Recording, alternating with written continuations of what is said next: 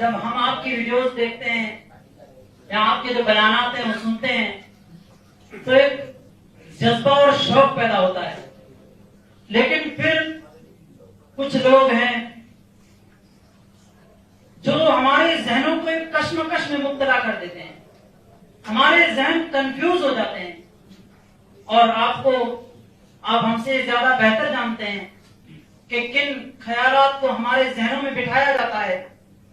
تو لوگ جو کہتے ہیں، میرے الفاظ تھوڑے سخت ہیں، معافی چاہوں گا، لوگ جو کہتے ہیں آپ کو دوسری پارٹیوں کا ایجنٹ بتایا جاتا ہے، یہاں پھر جو آپ نے یو پی کے اندر چناؤ لڑے تو ان کے اندر آپ کو ووٹ توڑنے والے بتایا گیا، تو آپ ان کو کیا جواب دینا چاہیں گے؟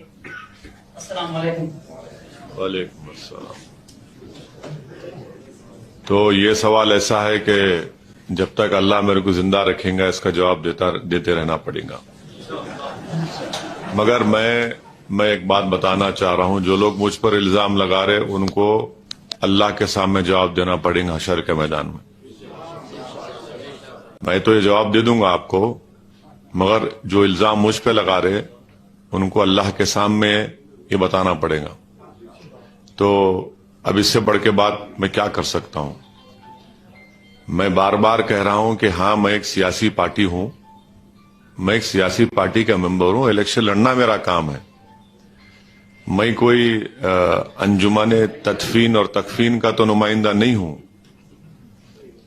نہ میں کوئی ایک NGO چلاتا ہوں، میں ایک سیاسی پارٹی کا نمائندہ ہوں، میرا کام الیکشن لڑنا ہے۔ اور اگر میرے الیکشن لڑنے سے میں الیکشن اس لیے لڑتا ہوں کہ میں جیتوں، کوئی پارٹی لڑتی ہے جیتنے کے لیے، تو کوئی ہارے گا کوئی جیتے گا، وہ مقصد نہیں ہوتا کسی کا بھی۔ اب جو آپ کے دل میں کشمکش پیدا کرتے، آپ کو خیالات میں آپ کو آتا ہے کہ بھئی یہ صحیح ہے کہ آدمی ہے، تو میں آپ کو اتنا ہی کہہ سکتا ہوں کہ آپ اللہ سے دعا کریے کہ اگر اسدالدین اویسی صحیح ہے یا جماعت صحیح ہے تو ہم کو ساتھ دینے کی توفیق عطا فرمائے۔ اس سے بڑھ کے تو میں کچھ نہیں کر سکتا نہ کہ کیونکہ کیا ہے کہ اگر میری تقریر سن کے آپ کو اچھا لگتا ہے اور اس کے بعد آپ کے دل میں یہ وسوسے آتے ہیں تو اس کا تو حل صرف کسی کے انسان کی بس کی بات نہیں ہے کسی کے دل کو راغب کیا جائے، یہ تو اللہ کا کرم ہونا پڑتا۔ تو میں تو کوشش کر رہا ہوں، کوشش کرتے رہوں گا۔ اور رہا سوال ان لوگوں کا، تو یہ لوگ جو ہے یہ لوگ نہ کھل کر مسائل کو بات کرتے ہیں مسلمانوں کی، نہ مظلوم عوام کی، نہ دلتوں کی۔ یہ ایسے لوگ ہیں جو ان کا خود اس میں کوئی مقصد لگتا ہے میرے کو، کہ وہ یہ نہیں چاہتے کہ مظلوموں کو، غریبوں کو ان کا حق ملے، وہ یہ چاہتے ہیں کہ اپنی اجارہ داری ان کی چلتی رہے۔ میرا ایک ہی سوال ہے کہ جب لوک تنتر میں ہم رہتے ہیں، جمہوریت میں ہم رہتے ہیں، تو ہم کو اپنی آواز کو پیدا کرنا ضروری ہے، اور اس میں کوئی بری بات نہیں ہے۔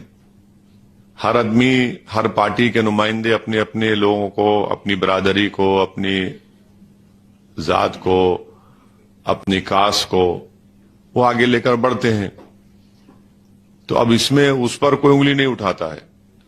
اب جیسا ہی مسلم اقلیت یا الپ سنکھیک سماج کی بات آتی ہے تو سب کا بولنا یہ ہے کہ آپ لوگ صرف مشاعرہ کرنا، ایک قوالی کا پروگرام کر لینا، اور الیکشن آیا تو سیکولرزم کے نام پہ ہم کو ووٹ ڈال دینا۔ ہم یہ بول رہے ہیں کہ بھئی ہمارے مسائل بہت ہیں، زندگی اور موت سے لے کر ہمارے مسائل ہیں، وہ مسائل کو حل کون کرے گا؟ تو اور اس بات کو آپ ذہن نشین کر لیجئے کہ آپ میں اور ہم میں اتنی طاقت نہیں ہے کہ ہم کسی سرکار کو یا کسی پارٹی کو سرکار میں آنے سے روک سکیں۔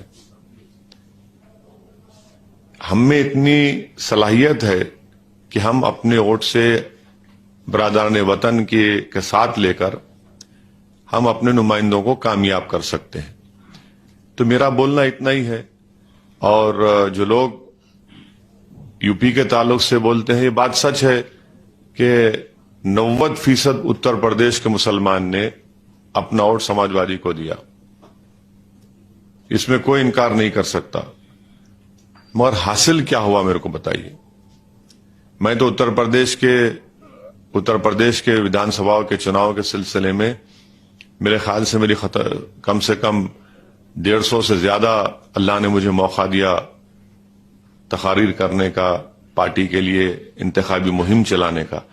میری ہر تقریر کو اٹھا کے دیکھ لیجیے، چاہے وہ 10 منٹ کی ہو یا آدھے گھنٹے کی ہو.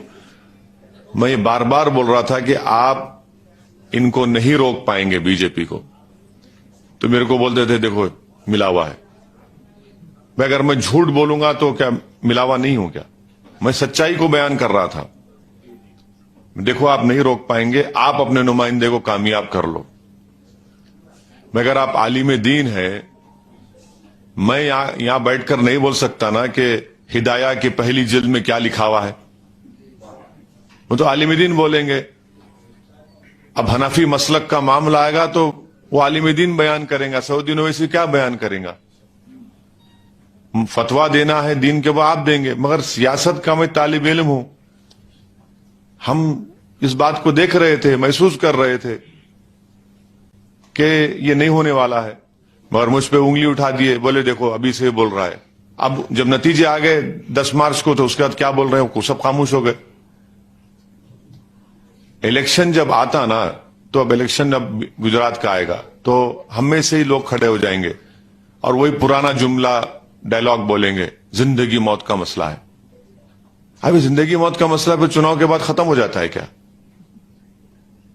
تو اسی لیے ہم کہہ رہے ہیں کہ آپ کو اپنے نمائندوں کو کامیاب کرنا ہے، آپ کو اپنے ووٹ کی اہمیت دکھانا ہے.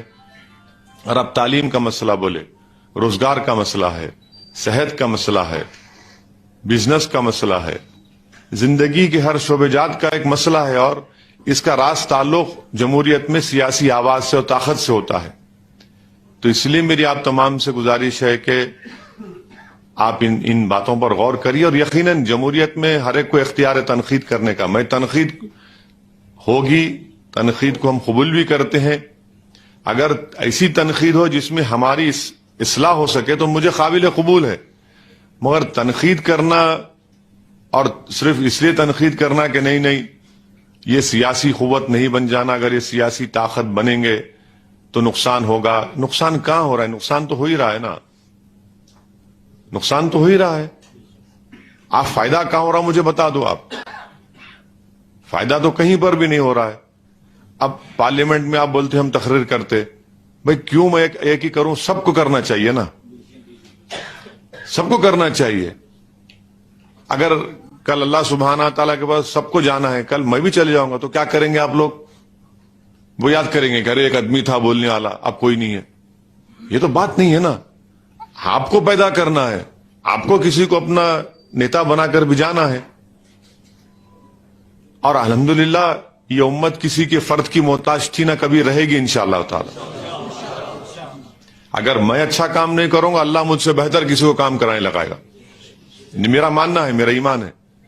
اللہ آج مجھے مقام دیا، موقع دیا، میں کام کر رہا ہوں، میں بول رہا ہوں جتنا مجھ سے ہو سکتا میں بولوں گا. کیونکہ کل مجھے جا کر جواب دینا ہے کہ تم کو دولت دی گئی، مقام دیا گیا، عزت دی گئی، تم کیا استعمال کیے.